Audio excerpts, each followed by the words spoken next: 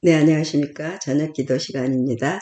네, 2025년 제2기 교과 공부, 암시 형상 상징, 제목으로 13가, 과목으로 우리, 성경, 예, 성경에 있는 애언을 이렇게, 풀어주는 아주 좋은 성경 안내 지도서입니다.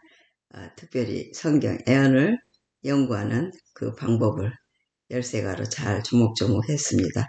이 한 편의 그림으로도 충분히 이해할 수 있도록 해놓은 것을 감사하게 생각합니다.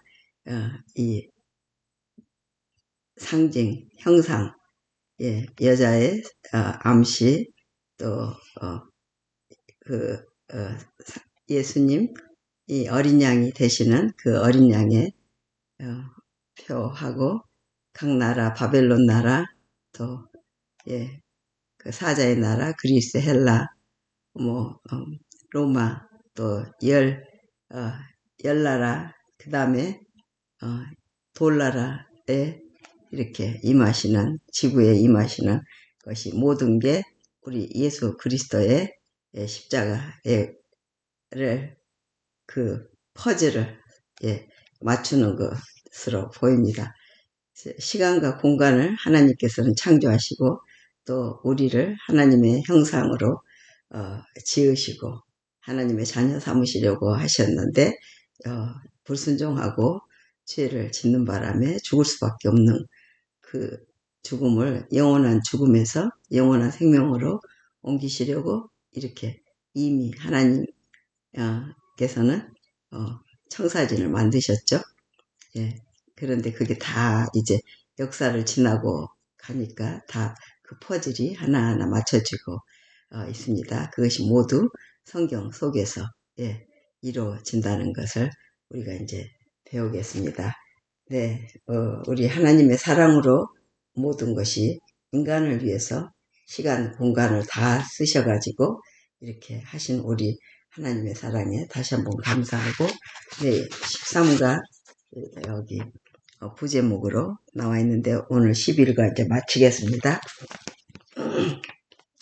1과는 애언의 몇 가지 원칙, 그리고 창세기의 기초, 결혼해서 가져온 심상, 나라들, 희생제사의 이해, 애언을 위한 기초, 시편에도 계시가 나타났고요. 말세를 만난 우리에게 지금 루카 에스더를 마지막으로 11가를 마치고 12가 전조, 13가 마지막의 모습들을 이렇게 하고 있습니다. 오늘 11과 마지막 금요일 저녁 교과를 읽어보겠습니다. 그리고 기도합시다. 루카 에스더로 왕후 에스더가 뜰에서 본 것을 본즉 기억절 매우 사랑스러움으로 손에 잡았던 금 홀을 그에게 내미니 에스더가 가까이 가서 금 홀 끝을 만진지라. 에스더 5장 2절. 결론은 하나님은 실제 사건을 통해 하늘의 관점을 가지도록 이끄시며 애언을 어떻게 해석할지 이해하게 하신다. 나오미의 고난은 인류의 고통과 주님이 그 문제를 해결하기 위해서 일하심을 말해준다.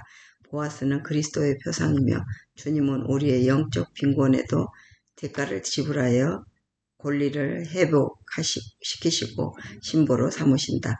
하만은 사단처럼 굴복을 요구하지만 주께 충성하는 사람은 그의 지배권을 반박한다. 주의 백성에게 마지막 때는 쉽지 않지만 어려운 때에 대한 애언을 믿을 수 있다면 구원의 약속도 신뢰할 수 있다. 네, 일요일 떡집에 닥친 기근. 나오미에게 닥친 고난은 인류에게 닥친 문제를 보여준다. 하나님은 죄와 고통의 문제 가운데 있는 인류를 위해 일하시며 궁극적인 해결책을 보여주신다. 네, 둘째 날 월요일 날은 루카 보아스는 룻의 어려움을 해결해줄 농장주 친족으로 그리스도의 표상이다. 하나님은 우리의 영적 빈곤에도 불구하고 우리를 당신의 신부로 삼기 원하신다. 화요일 구속자 보아스가 마을문에서 공식적으로 친족으로서의 권리를 얻은 것처럼 우리의 친족 예수님은 심판에서 우리 권리를 회복하고 우리를 가족으로 맞으실 것이다. 하만과 사탄 수요일, 하만이 굴복을 요구한 것처럼 마귀는 세상에 대한 소유권을 주장하지만 하나님께 충성하고 그 계명을 지키는 사람들의 존재는 그의 지배권을 반박한다. 또 목요일날 이때를 위하여 주의 백성에게 다가올 마지막 순간이 결코 쉬운 때가 아닌 것은 분명하다. 그러나 어려운 때에 대한 애언을 믿는다면 구원의 약속도 분명히 신뢰할 수 있다. 예, 금요일 오늘 더 깊은 연구를 위해서 보면요. 부조와 선지자 59장 이스라엘의 첫 왕 605쪽 606쪽을 읽어보면 사탄은 대중의 규범과 관행을 받아들이기를 거절하는 소수의 무리에 대하여 분노할 것이다. 지위와 명성이 있는 사람들이 하나님의 백성을 대적하려고 협의하는 일에 무법하고 비열한 자들과 연합할 것이다. 하나님의 백성을 멸시로 뒤덮여 씌우려고 부와 재능과 교육이 연합할 것이다. 박해하는 통치자들과 목사들과 교인들은 그들을 대적하고자 음모를 꾸밀 것이다. 그들은 말과 글, 자랑과 위협과 조롱으로써 이들의 신앙을 무너뜨리고자 할 것이다. 거짓된 진술과 격한 선동으로 사람들은 백성의 감정을 자극할 것이다. 성경상 안식일의 옹호자들에 대하여 성경이 이렇게 말씀하신다라는 말을 할 수 없으므로 그 부족을 가리기 위하여 그들은 억압적인 법령에 호소할 것이다. 입법자들은 인기와 후원을 얻기 위하여 일요일 법령에 대한 요구에 응할 것이다. 그러나 하나님을 경외하는 사람들은 십계명을 어기게 하는 제도를 받아들일 수 없다. 이 전쟁터에서 진리와 오류가 논쟁하는 마지막 큰 싸움이 벌어질 것이다. 우리는 이 문제에 관하여 의심 가운데 있도록 방치되지 않는다.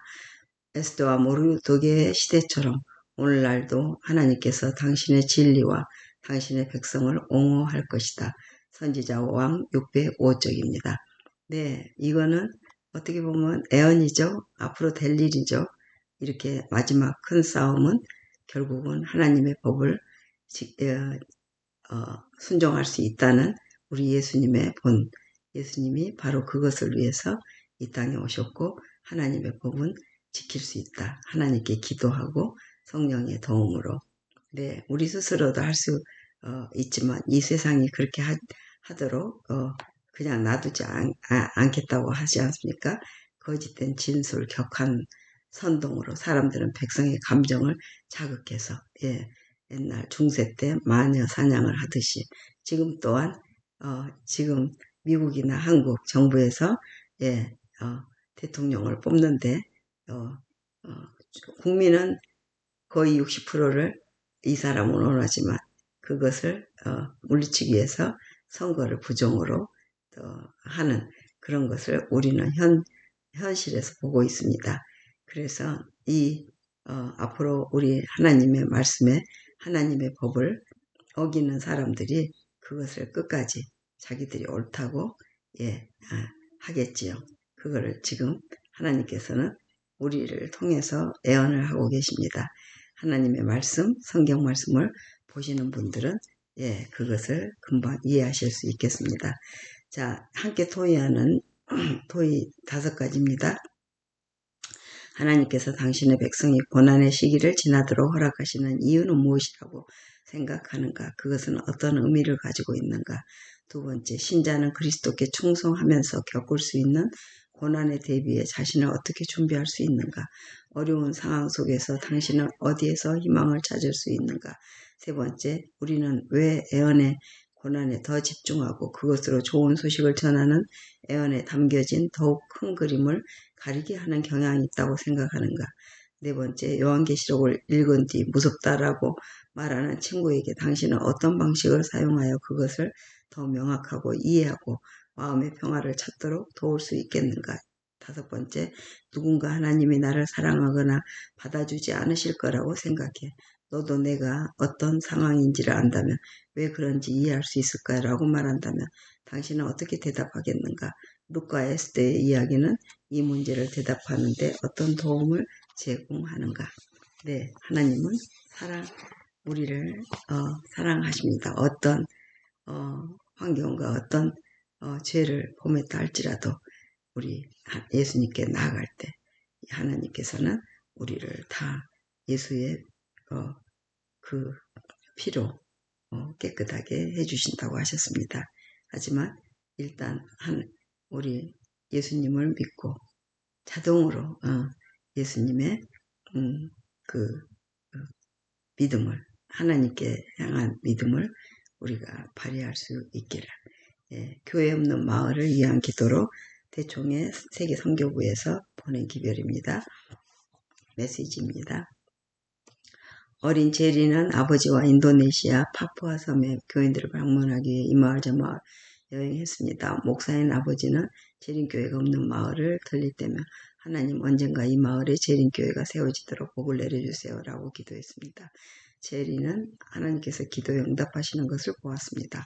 한 마을에는 아버지가 기도한 지 5년 후에 교회가 세워지고 20년 후에 교회가 세워지는 곳도 있었습니다. 제리는 아버지의 뒤를 이어 목사가 되었습니다. 센타나 호수의 교인들을 방문하면서 그는 아버지가 수년 전에 기도했던 마을에 여러 교회가 개척된 것을 보고 고무되었습니다.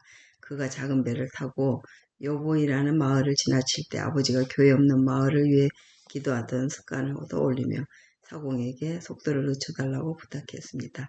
그는 고개를 숙이고 하나님 언젠가 이 마을에 재림교회가 세워지도록 복을 내려주세요라고 기도했습니다. 그 어떤 일이 일어났는지 나중에 알게 되었습니다. 그가 기도한 지 2달 후에 그 마을의 유력한 주민인 톤스가 이스라엘로 성지 여행을 떠났습니다. 그는 해질 무렵 예루살렘의 호텔 창밖을 바라보다가 이상한 움직임을 발견했습니다. 사이렌이 울리더니 버스들이 각자의 정류장에 서둘러 돌아갔습니다. 그리고 모든 것이 조용해졌습니다. 시계를 보니 금요일 저녁이었고 그는 유대인들이 안식일을 위해 일을 멈췄다는 사실을 깨달았습니다. 그는 파푸아에서도 안식일을 지키기 위해 금요일 저녁에 하던 일을 중단하던 재림교인들과 일했던 것을 기억했습니다. 재림교회는 이스라엘 백성과 같은 날에 예배를 드리는데 왜 우리는 그렇지 않을까? 그는 집으로 돌아가서 답을 찾기로 결심했습니다. 파푸아로 돌아온 그는 이웃마을 재림교회에 갔다가 그곳에서 전도회가 열리는 것을 알게 되었고 제리는 톤스를 초대했습니다. 거기서 톤스는 안식일에 관한 모든 성경적 대답을 찾았습니다. 그는 안식일을 지키기로 결심하고 아내와 함께 재림교회 신자가 되었습니다. 그들이 침례를 받은 후 제리는 요보이에 그들의 집을 방문하여 가정교회를 조직했습니다. 그것은 기도에 대한 응답이자 아버지의 유산을 이어가는 일이었습니다. 제리는 아버지가 저에게 남겨주신 유산에 매우 감사합니다. 언젠가 요보이 마을에 교회 건물이 세워지도록 계속 기도합시다라고 말했습니다. 인도네시아 파푸아 섬의 요보이 마을을 위해서 기도해 주십시오. 이 섬에서 많은 곳에 복음이 전해지고 많은 교회가 세워지도록 기도해 주세요. 이번 기 13째 안식일학교 헌금은 파푸아의 복음을 전파하는 데 사용될 것입니다. 파푸아의 목회자와 성경 사역자들의 훈련을 지원하기 위해 아낌없는 안식일학교 헌금을 계획하시는 여러분께 감사드립니다. 대충의 선교부에서 주신 겁니다. 함께 기도하겠습니다. 하늘에 계신 우리 아버지, 이름이 거룩히 여김을 받으시며 나라 임하옵시며 뜻이 하늘에서 이루어진 것 같이 땅에서도 이루어지이다. 오늘날 우리에게 일용할 양식을 주옵시고 우리가 우리에게 죄 지은 자를 사하여 준 것 같이 우리 죄를 사하여 주옵시고 우리를 시험에 들게 말게 하옵소서. 다만 악에서 구하옵소서. 나라와 권세와 영광이 아버지께 영원히 있사옵나이다. 아멘. 네, 하나님께서 저희에게 말씀의 기별을 알게 해주시고 이렇게 파푸아 뉴기니 그 선교하는 것처럼 기도하며 하나님의 말씀이 이웃과 일가와 친척과 친구들에게 전달되고 우리 가족들 또한 주님 안에서 오늘도 잘 자고 내일 또 좋은 아침 또 하나님께 이제 나가 예배드리고 감사하고 찬송 올릴 수 있도록 해주시기를 기도합니다. May God bless all of you. 아멘, 아멘.